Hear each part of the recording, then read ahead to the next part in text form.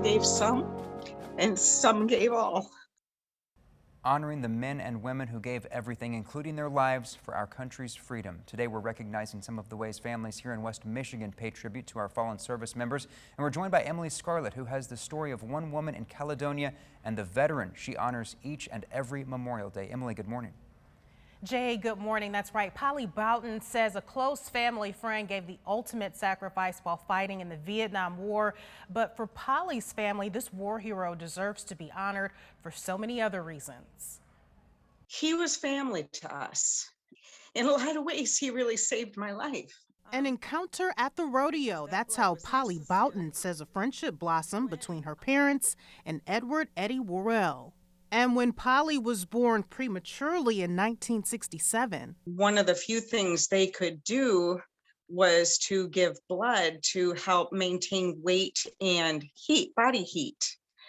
And there weren't blood banks, so you had to find people who were match. And he was one of the matches. the trio of friends would work together at the rodeo for several years while living in Alabama before Eddie would be called to duty, drafted in September of 1968 during the Vietnam War. A lot of them ended up going, and a lot of them didn't come back.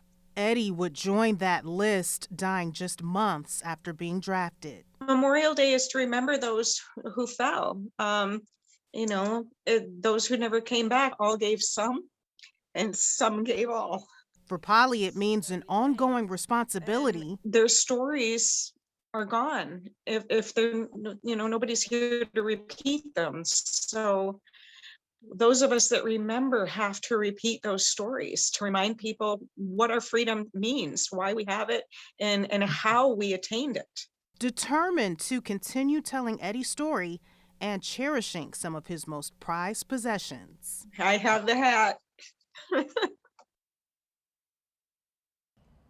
Yep, and cool story behind that hat, Jay. As you saw there, that's the hat Eddie is wearing, and one of the only pictures Polly has of him, and he left that hat and his boots with Polly's parents just right before he left for the war. Polly just learned the story about that hat and boots about 7 years ago when her parents passed it down to her when they moved.